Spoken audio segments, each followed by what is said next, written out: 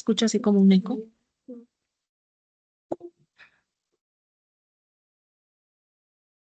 Ok, siempre trato de abrir una sesión para que quede grabada la clase. Entonces así no hay de que a Chuchita se la bolsearme, digo yo. Entonces, ¿alguien estudió algo de la hematopoiesis? O dijeron, no, vamos a sentarnos a ver qué aprendemos. Nadie, nada de la hematopoiesis.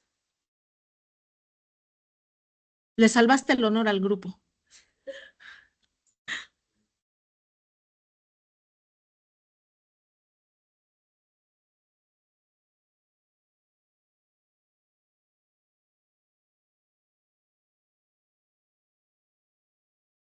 También cada una tiene su vida media, que de los glóbulos rojos de los 120 días, de las plaquetas de 8 a 10 días, y de los leucocitos de 8 a 10 horas en la circulación, y de 1 a 2 días en los tejidos. Hablando de los granulocitos, ¿no? Tenemos otros dos tipos de leucocitos. ¿Cuáles son? Monocitos o macrófagos, que es la misma célula de ¿por qué cambia el nombre? Exactamente, los monocitos es cuando están en la sangre, ¿no? Que están circulando. Y ya que se meten a los tejidos, cambian de nombre a macrófago. Y hay macrófagos que se especializan tanto que les cambian el nombre también, ¿no? En el intestino, en el hígado, ¿no? Entonces, todos esos son células que finalmente salieron en su mayor parte de la médula ósea.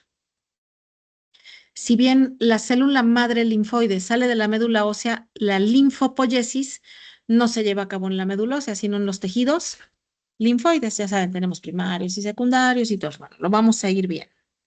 Esta presentación, no se asusten, no la vamos a ver toda. Ya sé que dice hay 86 diapositivas, no.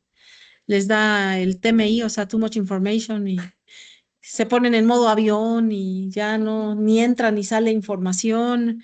Entonces vamos a ver más o menos la mitad. Sí, vamos a ver varias definiciones. La primera dice, proceso altamente coordinado con la expresión de genes regulados por citocinas hematopoyéticas. ¿Qué es esto? Tenemos una célula madre pluripotencial. La primerita se llama no restringida porque me puede dar origen o tiene el potencial genético de diferenciarse y madurar hacia todas las series, hacia todas las células que mencionamos en estos momentos. ¿Sí? ¿De qué va a depender? Pues obviamente de las citocinas que estén presentes. Lo que hay que entender muy bien de la hematopoiesis es que es un proceso dinámico. Sí, cuando uno va a ver un aspirado de médula ósea, tiene uno que entender en qué momento y en qué contexto clínico fue tomado. Porque, ¿qué pasa si un paciente tiene, vamos a decir, una hemorragia masiva? En ese momento el riñón sensa que hay hipoxia, empieza a producir una gran cantidad de eritropoyetina y en ese momento la hematopoiesis se va a virar hacia hacer muchos eritrocitos. Entonces, si yo en ese momento tomo un aspirado de médula ósea, voy a ver una cantidad muy grande de células de la serie eritroide, pero es por el momento, ¿no? O vamos a decir un paciente que tenga una neumonía de mocos múltiples, digo, de focos múltiples, ¿qué necesita? Vamos a decir si es bacteriana, ¿qué célula necesita para defendernos? Neutrófilos. Entonces, el pulmón va a producir una gran cantidad de factor estimulante de colonias de granulocitos y en ese momento la médula ósea va a empezar a producir muchos neutrófilos. Entonces, hay que entender muy bien que lo que produce la médula va a depender del contexto clínico, del momento del paciente y de las citocinas que estén presentes. Entonces, no hay que imaginarnos a la hematopoiesis como algo estático, sino es algo dinámico, ¿sí? Y va a depender de las citocinas, a través de la cual las células madre primitivas, las células madre pluripotenciales, las células madre totipotenciales también lo pueden encontrar, van a proliferar y se van a diferenciar para producir las células que están en la sangre, las células maduras, también conocidas como células terminales. ¿Por qué terminales? Decíamos, porque tienen una vida, ¿no? Un eritrocito va a vivir 120 días. Después de esos 120 días se pone rígido, se atora en el vaso y el vaso lo destruye. Bueno, los macrófagos del vaso lo destruyen y la médula ósea tiene que reponerlo. ¿Qué pasa si la médula ósea no lo repone? Por alguna razón, la médula ósea ya no puede hacer eritrocitos, no tiene hierro. Va a pasar el tiempo y ese paciente va a desarrollar anemia. ¿Sí? Entonces vamos poniendo ejemplos porque a nosotros como médicos no nos gustan las cosas normales, ¿sí o no? ¿Cómo está la médula? Está normal. Cambio si ves, ay, tiene brazos, no, nos gusta la patología. Les voy poniendo ejemplos. Otra definición, mecanismo fisiológico responsable de la formación continuada de los distintos elementos formes sanguíneos o de las distintas células sanguíneas. Énfasis en continuada. Vamos a ver que la célula madre se activa una vez al mes, puede optar por autorrenovarse o puede optar por diferenciarse dependiendo de lo que necesitemos, ¿no? Pero siempre va a haber células madres que están quiescentes y que están ahí listas para ir reponiendo. ¿Qué pasaría si todas las células madre se diferenciaran y maduraran, se convirtieran en alguna célula? ¿Qué pasaría con ese individuo? Si todas sus células madre algo les pasara o se diferenciaran y no va a tener células madre para seguir sacando células. Entonces yo lo digo así de broma, ¿no? Si la célula madre vale madres, el individuo vale madres, ¿no? Porque no va a tener cómo seguir produciendo células, ¿no? Tienen que mantenerse, aquí dice, dentro de límites de la normalidad, nos metemos a discusiones filosóficas de qué es lo normal, bueno, dentro de los valores de referencia, ¿sí? Otra. Serie de fenómenos concatenados, hace mucho frío, concatenados que inician a nivel de la célula tronco o la célula madre hematopoyética con la autorrenovación, que puede también ser seguido por la diferenciación y maduración, culminando en la producción de los elementos formes funcionales. Ok, esta definición nos dice muy bien. De la célula madre van a salir o van a diferenciarse. Ahorita vamos a hacer un ejemplo ahí en el pizarrón, hasta células terminales. ¿Vamos bien hasta aquí? Entonces, además de la definición de la hematopoiesis, tenemos dos palabras muy importantes y que hay que entender muy bien.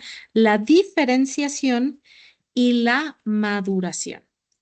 La diferenciación es la secuencia de hechos genéticos que le van a permitir a una célula sintetizar productos específicos. Siempre les pongo el ejemplo del eritrocito porque es más fácil. ¿Qué necesita producir el eritrocito? ¿Qué sustancia? Hemoglobina para poder transportar oxígeno. Entonces, durante la diferenciación, la célula madre eritroide o la unidad formadora de colonias eritroides va a a obtener la capacidad genética, es decir, va a activar los genes que se ocupan para producir cadenas de globina, va a activar los genes que se necesitan para hacer el grupo M y de esa forma poder sintetizar hemoglobina y funcionar como un eritrocito. Si les pongo otro ejemplo, un neutrófilo. ¿Qué necesita un neutrófilo para poder tener la función de neutrófilo? Gránulos.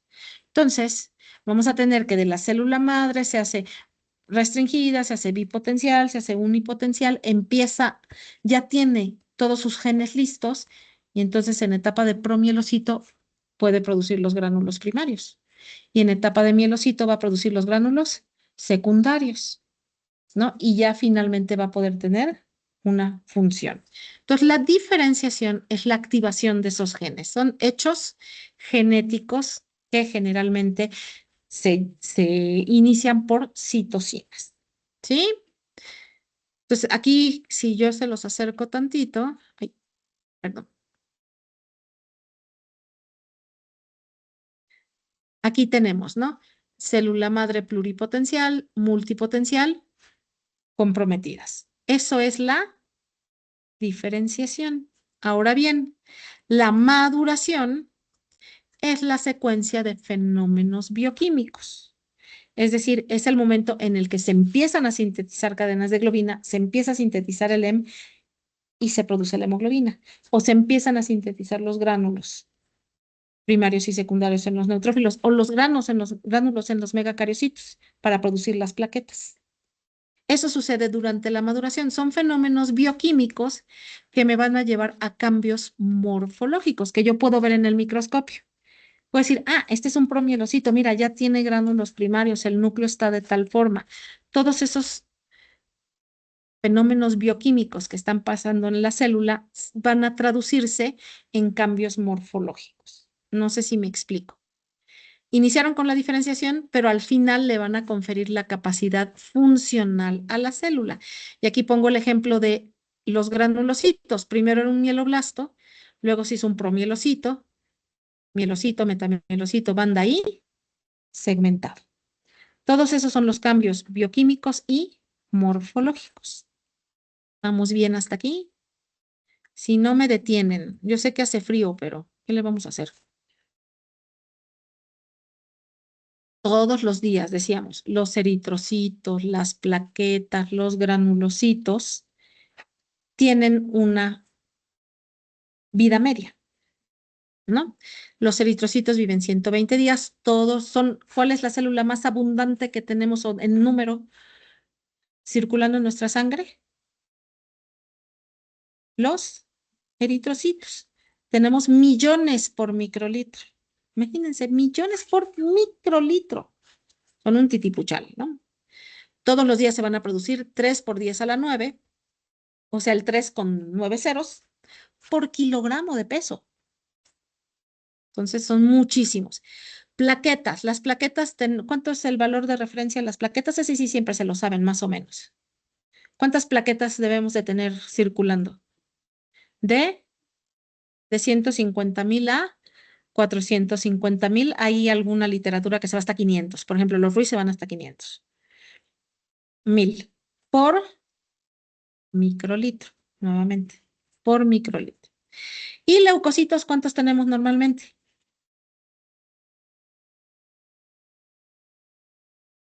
De 4 a 10,500, 12. De 4,000 a 12,500, vamos a decir, por microlitro. Entonces, todos los días vamos a producir 2.5 por 10 a la 9 por kilo de peso de plaquetas y 1 por 10 a la 9 por kilo de peso. Obviamente, esta producción se va a ajustar a las necesidades del individuo. Lo que decíamos, si es un paciente que tuvo una hemorragia, necesita reponer los eritrocitos, que en realidad los eritrocitos son los que más tardan en madurar. Tardan alrededor de 5 a 7 días en madurar, desde que es un proeritroblasto hasta que es un eritrocito. Eso ya lo vamos a ver. No hay que olvidar que la médula ósea es un órgano, nos olvidamos de ella, también la sangre es un órgano. ¿Qué pasa si agarran a alguien así en la banqueta con una hielera llena de sangre y no trae los papeles? ¿Qué le va a pasar a esa persona? Bote, y bote federal, porque es tráfico de órganos, ¿no? Entonces, la médula ósea es del 3.4 al 5.9% del peso corporal en una necropsia, hematopoyéticamente activa, pesa alrededor de 1,000 gramos, y en nosotros adultos, porque sí, muchachos, ustedes ya son adultos, yo sé que cuesta trabajo aceptarlo, pero en nosotros los adultos, la mayor parte de la hematopoiesis se va a llevar a cabo en la pelvis y en las vértebras, lo que conocemos como esqueleto axial, que es lo que nos tiene paraditos, ¿no? La pelvis y las vértebras. De ahí, los que siguen en frecuencia serían los huesos planos, como son los de nuestro cráneo, nuestro esternón y nuestras costillas. El húmero, el fémur, la escápula ya producen muy poquita sangre o tienen muy poquita médula ósea hematopoyética. Cuando un adulto se fractura el fémur, tenemos miedo que haga una embolia, grasa, ¿no? O se fractura, cuando se fractura sobre todo el fémur, el brazo no hay tanto problema, ¿no? Pero el fémur sí. Puede hacer una embolia grasa porque nuestro fémur ya a esta edad está solamente con la médula ósea que decimos que es amarilla. ¿Y es amarilla porque es grasa? Bien. En nuestro desarrollo embrionario, la hematopoiesis se han encontrado 3 fases, o se han descrito 3 fases. La primera etapa es la mesoblástica, el tejido mesodérmico. En la tercera semana de gestación generalmente no aparece en ese momento como tal una célula hematopoyética, pero sí las precursoras, las mesenquimales. La región aortogonada mesonefros entre la cuarta y la sexta. La primera célula hematopoyética que se reconoce como hematopoyética va a surgir en el saco vitelino. Esa célula tallo, después de la sexta semana de gestación, se va a mudar al hígado y en el hígado va a ser sobre todo eritropoyesis. Otra también en esta etapa, otra célula madre se muda al vaso y al timo para empezar la linfopoyesis. Los niños, sobre todo los menores de 1 año, en una citometría hemática, ¿qué deben tener más? ¿Linfocitos o neutrófilos? Linfocitos. ¿Y nosotros? Neutrófilos.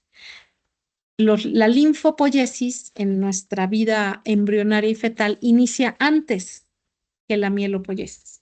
O sea que los granulocitos, los neutrófilos, se producen primero linfocitos. La tercera etapa, que es la mieloide, después de la 11ª semana de gestación, ya se pasa a los huesos, ¿sí? Ya los tejidos mieloides de los huesos. Y bueno, los ganglios linfáticos, el vaso y el timo, se van a seguir encargando de la linfopoyesis. Tenemos, acuérdense, tejido linfoide primarios y secundarios. ¿Cuáles son los primarios? El timo y la médula ósea, el vaso secundario. El vaso secundario. ¿Sí? ¿Dudas de nuestro desarrollo de la hematopoiesis en la vida embrionaria? Esta me gusta, está muy fácil, ¿no? Él dice células hematopoyéticas. Al principio el 100% de las células hematopoyéticas salen del saco vitelino, bajan muy rápidamente entre el primero y el tercer mes y toma la batuta el hígado y entre el tercero y el quinto mes empieza ya lo que son los huesos, ¿no? El tejido mieloide de los huesos. El vaso ya sabemos que va a ser la linfopoyesis. Nuestros huesos largos dejan de producir o dejan de tener tejido hematopoyéticamente activo antes de los 30 años y de ahí la hematopoyesis continúa en el esqueleto axial y si nos fijamos, conforme vamos envejeciendo, ¿qué le va pasando a la hematopoyesis? Va disminuyendo. Entonces, cuando nosotros hacemos un aspirado de médula ósea, obviamente tenemos que saber el contexto clínico y la edad del paciente. Porque si vemos una médula ósea de un paciente de 70 años que tiene puras células, eso está raro, ¿no? Ya debe de tener más o menos 50 y 50 de grasa y células. O si ve un niño de 10 años con pura grasa en la médula ósea, no es normal. Tendría, en ese momento, en esa edad, tendría que tener más células. ¿Sí? ¿Vamos bien? ¿Dónde se lleva a cabo la hematopoiesis? Pues dice en los sinusoides o en el espacio que queda entre los sinusoides, ¿no? Así puse el cuadrito ahí chiquitito. Ahí se lleva a cabo la hematopoiesis. Nosotros hacemos dos estudios de la médula ósea. Uno es el aspirado de médula ósea, que ocupamos la aguja de Osgood, que es, hay varios largos, ¿no? Pues más o menos así. Tiene un trocar, le ponemos anestesia ahí cerca de la espina ilíaca posterior, anestesias y metes la aguja en el mismo, ahora sí que donde anestesiaste en el mismo agujerito, ahí metes la aguja y buscas el hueso, ya que topas con el hueso, entierras en el hueso la... Por eso yo cuando hago intramusculares no me gusta, porque ya me acostumbré a que meto la aguja y siento hueso. Y en el músculo, como aguado, no me gusta, ¿no? Y mi mamá dice, ponme intramuscular, "Ah, está bien". Ya me acostumbré, ¿no? Que picas el hueso y metes la aguja, sacas el trocar, le pones una jeringa y le aspiras. Y el paciente se acuerda de tu mamá, porque la médula ósea está muy inervada. Y la médula ósea como la anestesias. Anestesia es el gordito de la pompa, pero ya en el hueso, ya, ahí sí ya es a valor mexicano, ¿no? Entonces se acuerdan de tu mamá. Luego hasta te pellizcan. Ese es uno. Yo lo que con el aspirado hagan de cuenta que es como si me metiera a caminar a una cuadra aquí en la ciudad. Yo estoy viendo las características de cerquita de las células. Él tiene el pelo chino, él tiene el pelo medio chino, él tiene largo, así, ¿no? Vas viendo las características. Y la biopsia de hueso. Esta es una foto de una biopsia de hueso. Es una aguja harto más grande como de este tamaño, se llama de Hamshiri, con J Hamshiri. Igual hay de varios calibres. y tiene un trocar. Igual lo metes en el hueso, sacas el trocar y aquí no aspiras, sino que te metes con la aguja. Entonces, dentro de la aguja hueca se mete un tubito del hueso y ese lo fracturas y lo sacas. Y lo mandas al patólogo, se descalcifica. Hagan de cuenta que ese estudio es como ver una panorámica en los mapas de Google hasta arriba. Te permite ver la celularidad más amplia, si hay mucha grasa. Los que se ven bien bonitos desde lejos son los megacariocitos porque son unas células que miden 100 micras. Entonces de cerca no los ves tan bonitos, ¿no? Pero de lejos sí. Un islote eritroide es un grupo de eritroblastos rodeando a un macrófago. El macrófago se encarga, es el depósito o ahí se deposita el hierro en la médula. O sea, ¿qué necesitan los eritroblastos del macrófago? Hierro, ¿no? Entonces por eso se ponen a su alrededor y se le conoce como islote eritroide. Esta es la trabécula ósea, esta es parte del hueso. Estas bolitas que aquí que se ven blanquitas son los capilares, por eso es que los megacariocitos, si ustedes se fijan, los megacariocitos están siempre al lado de una bolita blanca, porque ahí van soltando las plaquetas, ¿no? Ahorita vamos a ver cómo se localiza la hematopoiesis, aquí está. Así como en nuestra ciudad, si quieres ir a recuperar tu llanta que te robaron, ¿a dónde vas? Aquí en Puebla, a la 46, ¿no? O sea, ahí están. Y si quieres comprar cosas para arreglar tu piso del baño, y vas a la 25, ¿no? Así igual en la médula ósea se acomodan las cosas. La eritropoyesis siempre va a estar cerca del sinusoide. Los eritrocitos por sí solos caminan, o sea, tienen diapédesis. Ellos van a donde los lleve la corriente, ¿no? Entonces, por eso se ponen cerca del sinusoide, cerca del capilar, para que cuando terminen de madurar y logren soltarse de todas las moléculas de adhesión, nada más caigan a la circulación. Igualito que la megacariopoyesis. Va a estar cerca del sinusoide. Los neutrófilos, eosinófilos y basófilos caminan, ellos sí, tienen diapédesis, ¿no? Entonces ellos están en la parte central. Y las células linfoides, llegamos a ver folículos linfoides en la médula ósea, es raro, pero también va a estar de manera irregular y en la parte central. ¿Los linfocitos también caminan? Pues sí, ¿no? Si no, ¿cómo nos defienden? Tienen que caminar, ¿no? Entonces, bueno, esa es la localización de la hematopoiesis. Hablando de la célula madre pluripotencial, vamos a tener dos células madre pluripotenciales, la primitiva y la hematopoyética. Ambas dos se encuentran la mayor parte del tiempo en un estado quiescente. ¿Qué significa eso? Están quiescentes las células. Están fuera del ciclo celular. No están literalmente así, esperando, ¿no? Llega el factor estimulante de célula tallo, llega la interleucina 3 y la interleucina 6 y se despiertan y entran al ciclo celular y luego se vuelven a quedar quiescentes. Hay varios ejemplos de células en nuestro organismo que están quiescentes, ¿no? Que esperan un estímulo para activarse. Tienen que tener la capacidad de dividirse toda la vida. No todas se van a diferenciar terminalmente. Lo que decíamos, ¿qué pasa si todas se diferencian? Ya no hay quien reponga, ¿no? Y cuando se despiertan y se dividen o hacen mitosis, o pueden optar por la autorrenovación, que esta es la división celular especializada en la que una o ambas células hijas mantienen o retienen el mismo potencial genético. Esa es la autorrenovación. Pueden optar por autorrenovarse o bien por comprometerse, que es otra palabra para diferenciarse. O sea, se pueden comprometer hacia una línea. Una célula madre se tiene que comprometer hacia la serie eritroide para que haya eritrocitos o a los megacaricitos para que haya plaquetas. ¿Vamos bien? ¿Sí? Hablen ahora o no se vayan a guardar sus dudas para el examen, por favor.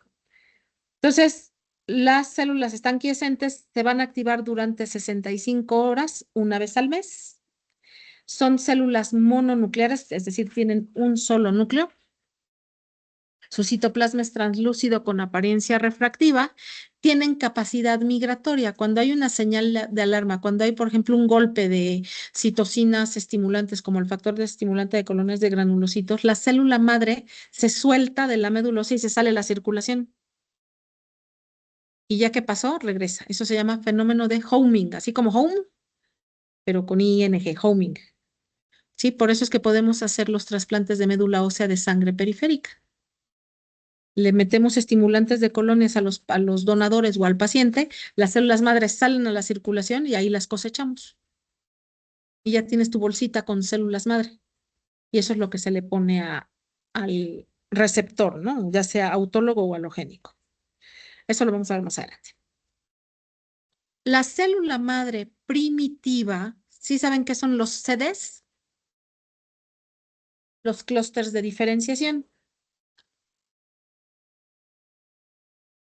Cada vez se describen más.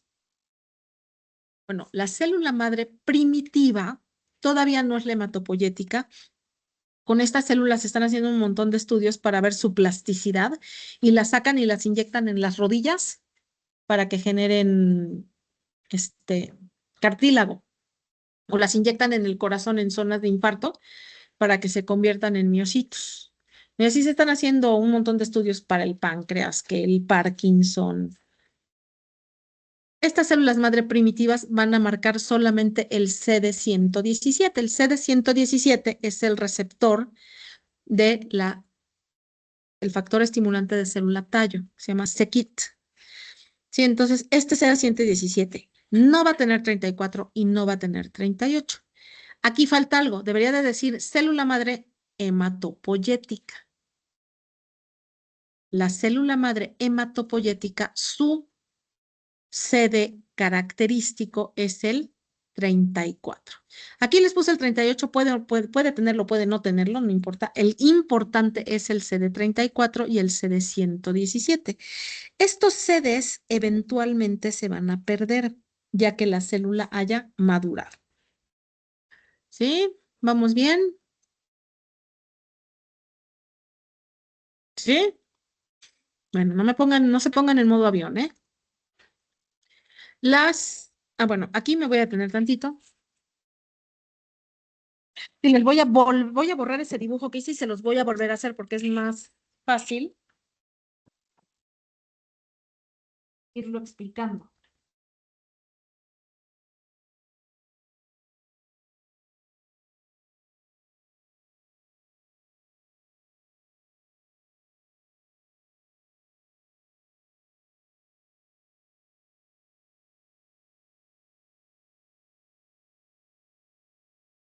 Ok.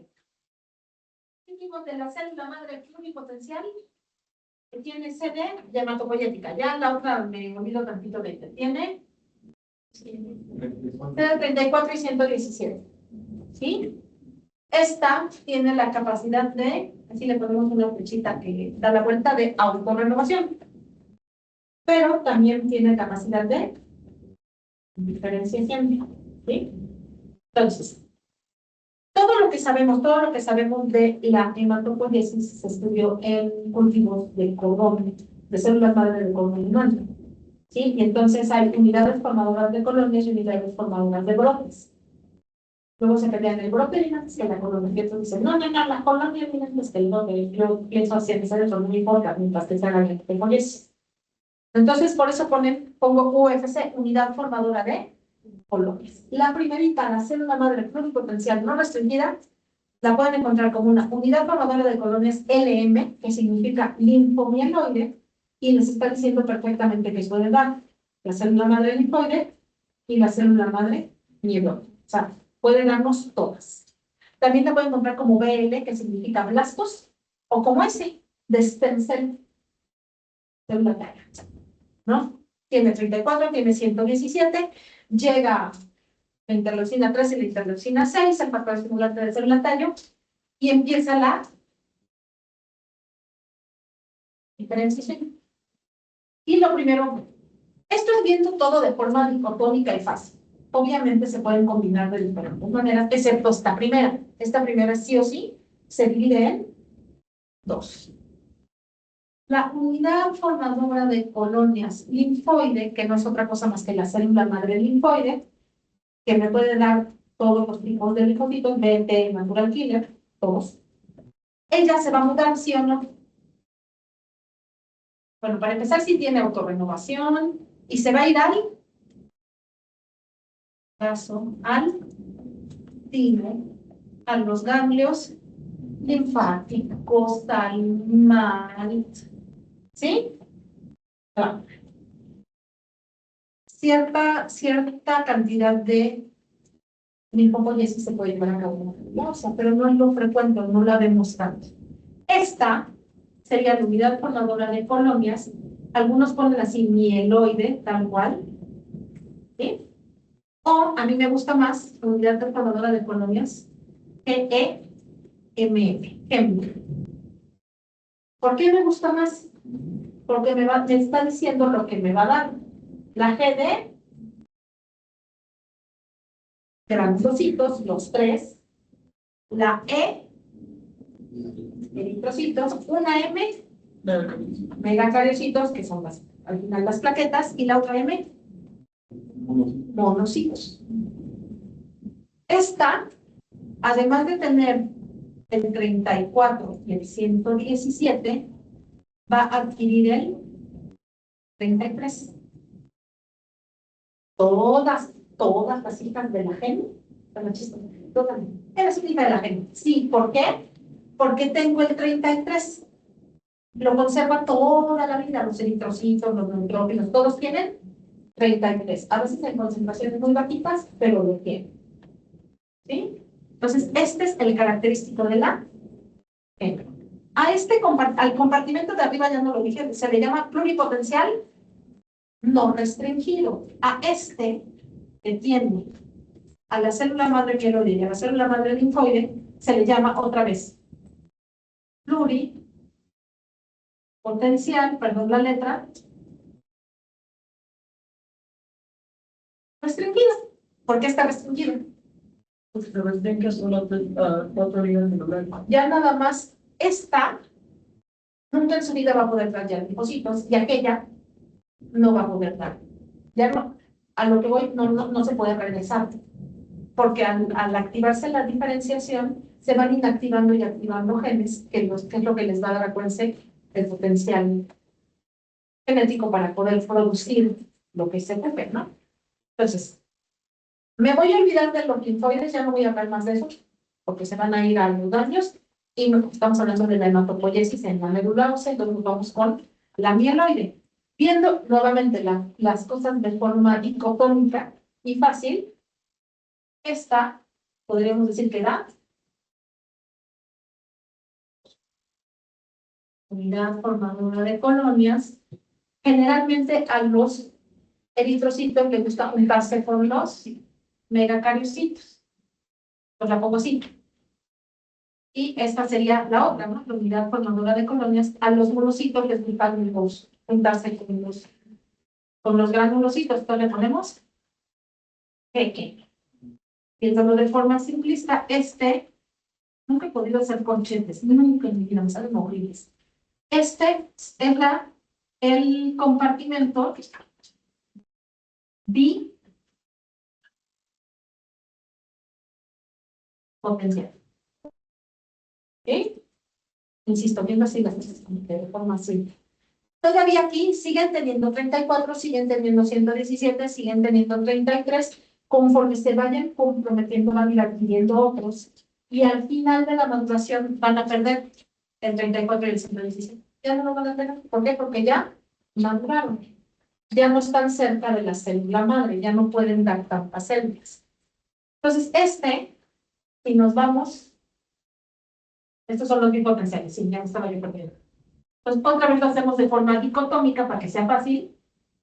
Y me va a dar la unidad formadora de colonias de eritrocitos, la unidad formadora de colonias de megacariocitos, la unidad formadora de colonias de monocitos y la unidad formadora de colonias de granulocitos. No hay que olvidar que esta me puede dar neutrófilos, eosinófilos y basófilos, ¿no?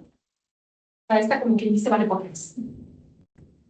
A este compartimento, ¿cómo cree que se le llama?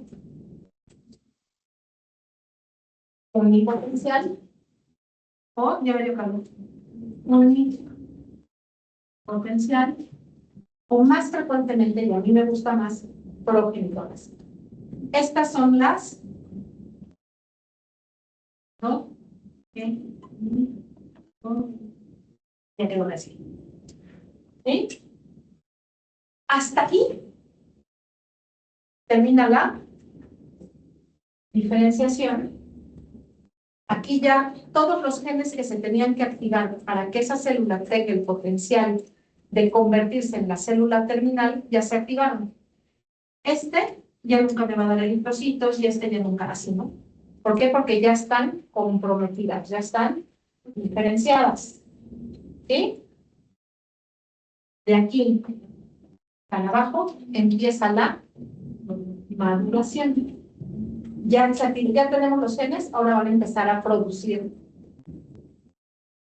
para lo que fueron activados, ¿no? Entonces, la primera de esta se llama proeritroplasto y este sería el megacarioplasto.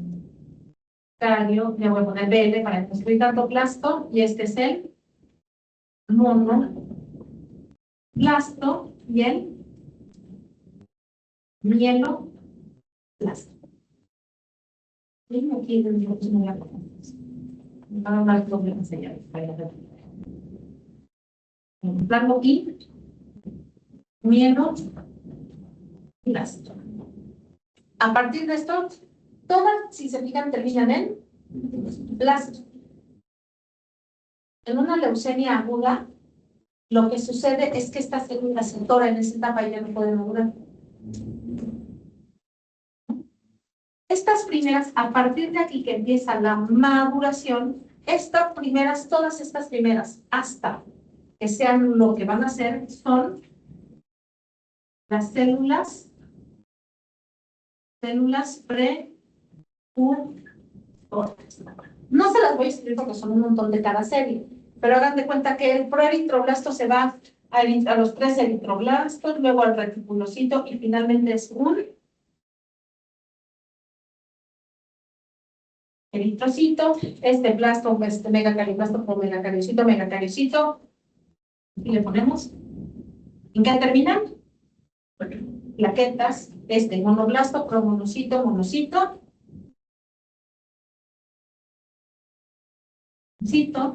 y vamos a poner al neutrófilo, al eosinófilo o al basófilo.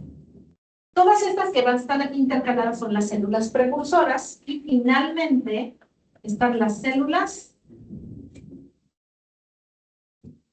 terminales. ¿Sí? Eso no.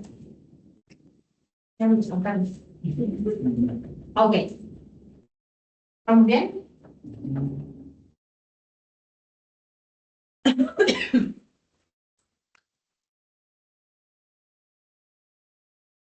Esto normalmente, esta clase es casi siempre la primera que doy en línea.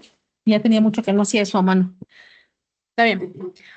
Entonces, aquí lo que dice, las células madre, todas esas células van a tener capacidad de mitosis, porque poquitas células madre me tienen que dar un montón de células terminales.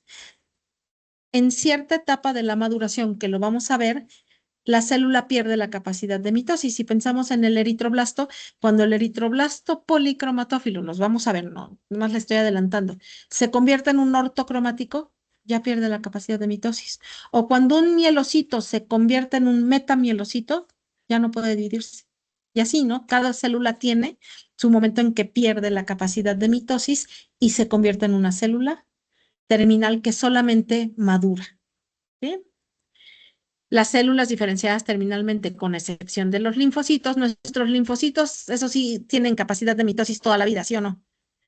Porque cuando nos da varicela una vez, porque ella nunca nos vuelve a dar, porque ahí se queda el linfocito de memoria y cuando nos volvemos a exponer al virus, ese linfocito se regresa y empieza a producir un montón de linfocitos y un montón de anticuerpos y ya no nos da la enfermedad.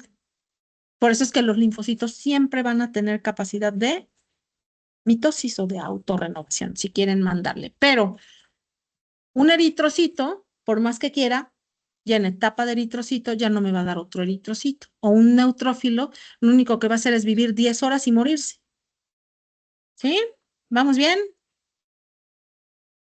Entonces, regresando a la célula madre, hematopoyética, la característica es que tenga el CD34. También va a tener el 117, pero el que lo caracteriza es el 34. Mientras no se comprometa a la GEM, no va a tener 33, el 38 puede o puede no estar y el DR también va a ser negativo. Dos interleucinas harto importante, la 3 y la 6, son las que van a iniciar la diferenciación.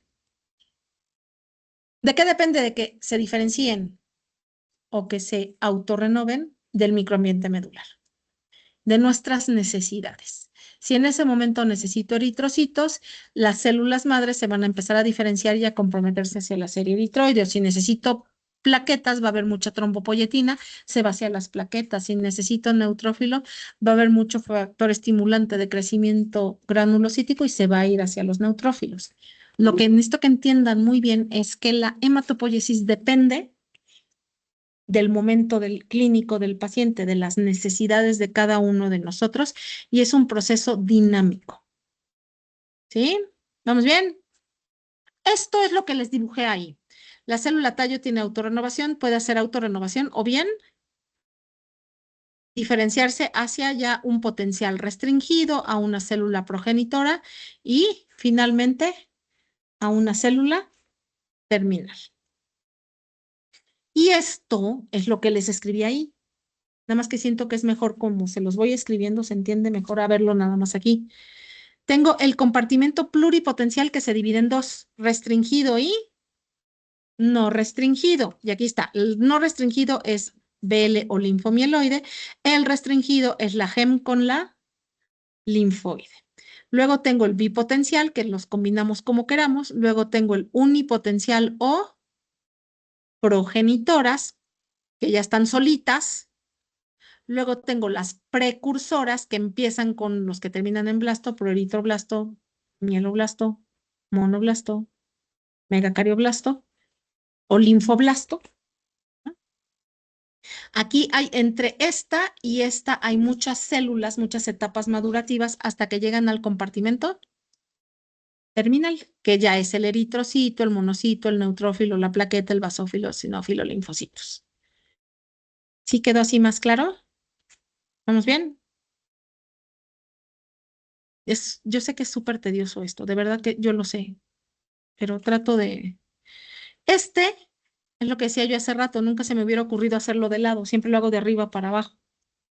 Y este es lo mismo, pero está volteado, ¿no?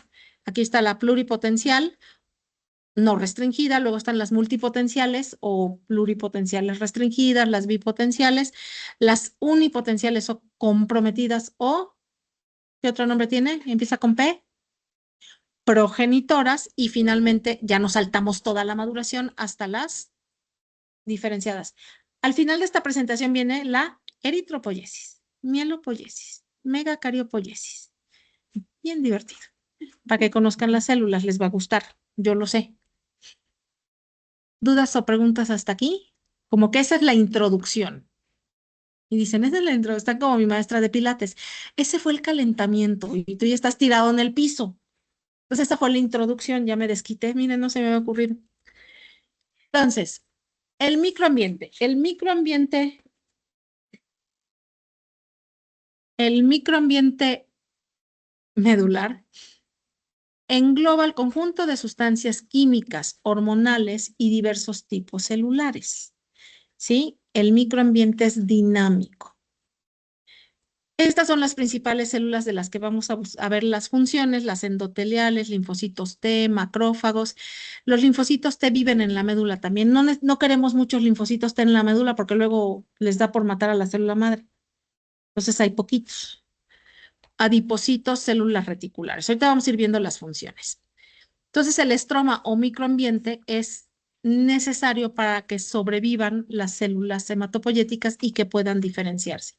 Y son tres elementos. Las citocinas hematopoyéticas, que ojo, se pueden producir directamente en la médula ósea, pueden producirse factores de crecimiento lejos de la médula ósea o pueden ser hormonas o interleucinas, ¿sí? La matriz extracelular, que no es otra cosa más que lo que produce en la matriz celular, fibronectina, colágeno, ahorita lo vamos a ir viendo. Y la interacción entre célula y célula, ¿no? Las células reticulares descansan sobre ellas las células hematopoyéticas, todas van a tener funciones que ahorita vamos a ir viendo. A partir de ahorita vamos a ver un montón de tablas. Me niego rotundamente a leérselas. Terminando esta clase, espero que no se me olvide ya llegando con mi casa con el Wi-Fi, les voy a mandar la presentación al chat para que estén tranquilos. No soy egoísta. Está plagada de errores y se los voy a ir diciendo porque siempre me da flojera. Digo que lo voy a hacer cada año y no lo hago, pero les voy a mandar y ahí les voy a ir, por eso que es importante que estén aquí, les voy diciendo dónde está mal. Esto ya cambió esto, entonces no lo tomen así como libro tampoco, ¿eh? Entonces tenemos la matriz celular con la matriz extracelular. Total, ahí está tal cual. Los adipocitos producen adiponectina, etcétera. ¿No? Cada uno va a producir ciertas cosas. Me niego rotundamente a leérselos. Yo me canso, ustedes se aburren. Entonces empezamos con las células endoteliales. Miren, aquí hay una célula endotelial bien bonita y contenta.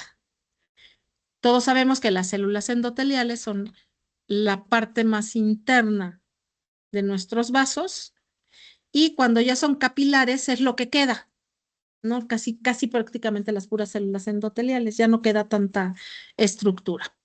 Se ubican en la superficie interna del sinusoide de la médula ósea. ¿A qué se dedican?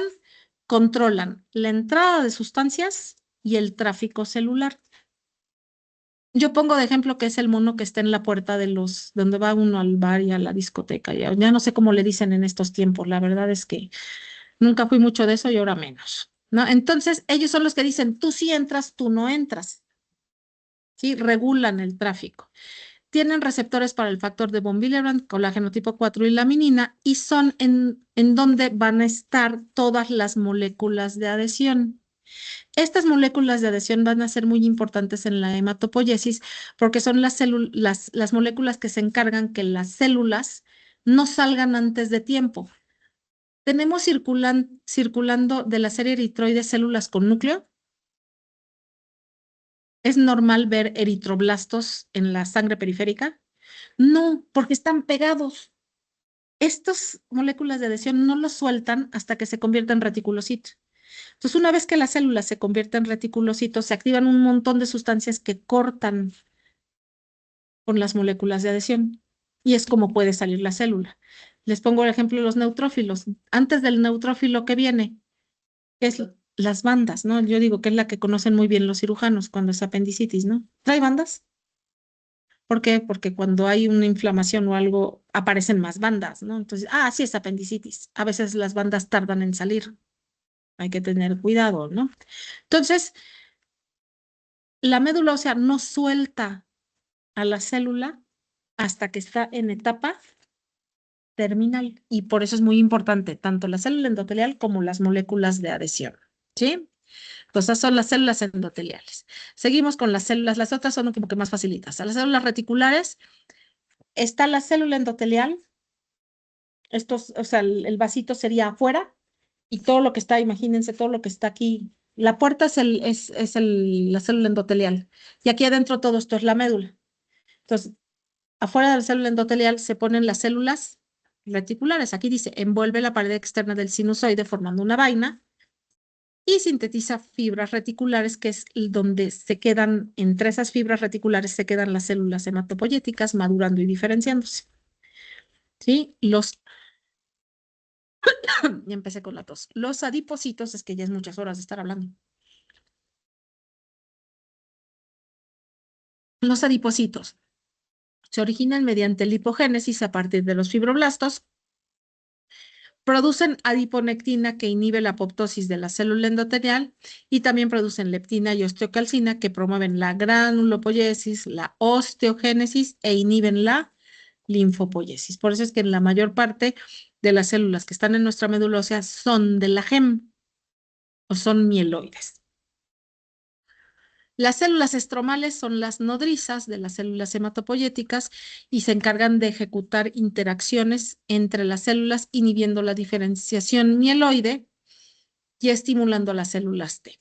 Vamos a ver que la hematopoiesis es un equilibrio entre las que estimulan y las que inhiben dependiendo de nuestras necesidades. ¿Qué pasaría si hubiera solamente estimulantes? Habría una sobreproducción, se llena la médula. Si estamos poniendo de ejemplo que esta es la médula y ustedes son las células hematopoyéticas, si hay solo estimulantes, ustedes van a hacer un montón de mitosis y se va a llenar aquí. Entonces siempre se necesita el estímulo inhibitorio, entonces va a ir moviéndose conforme nuestras necesidades. Los osteoblastos secretan factores estimulantes de colonias, también secretan interleucinas y factores inhibidores. No vamos a meternos más en las células. ¿Vamos bien? Ya casi los dejo en paz, ¿eh? Ya casi. Aguanten. Yo sé que es TMI, o sea, too much information, pero ahí la llevamos. Las moléculas de adhesión, ni me voy a meter, hay varias familias, las superfamilias de inmunoglobulinas, las integrinas, las selectinas y las cialomucinas, todas ellas se encargan de mantener las células hematopoyéticas dentro de la médula ósea hasta que terminen la maduración. Hay enfermedades, por ejemplo, la leucemia mieloide crónica altera las moléculas de adhesión. Entonces hacemos una biometría hemática y vemos mielos, metamielos, eritroblastos circulando en la sangre periférica porque se soltaron antes de tiempo. ¿Sí? Entonces, para eso sirven las moléculas de adhesión. Entonces ya vimos las células, como quien dice, la matriz celular y la matriz extracelular. Ahora nos vamos con lo más divertidísimo de todo, que son las citocinas. Son un titipuchal. Hay unas que inhiben, pero también inhiben unas y estimulan otras. Las interleucinas son muy importantes para la linfopoiesis, para la mielopoiesis, sobre todo son estos, los factores estimulantes. ¿Sí? Entonces, bueno, para clasificarlos tenemos, se- según su, ay, ya tengo suficiente con las voces adentro de mi cabeza, como que todavía no hagan eso, me sacan ya tengo, les digo, suficiente. Entonces, tenemos según su lugar de síntesis. Hay citocinas.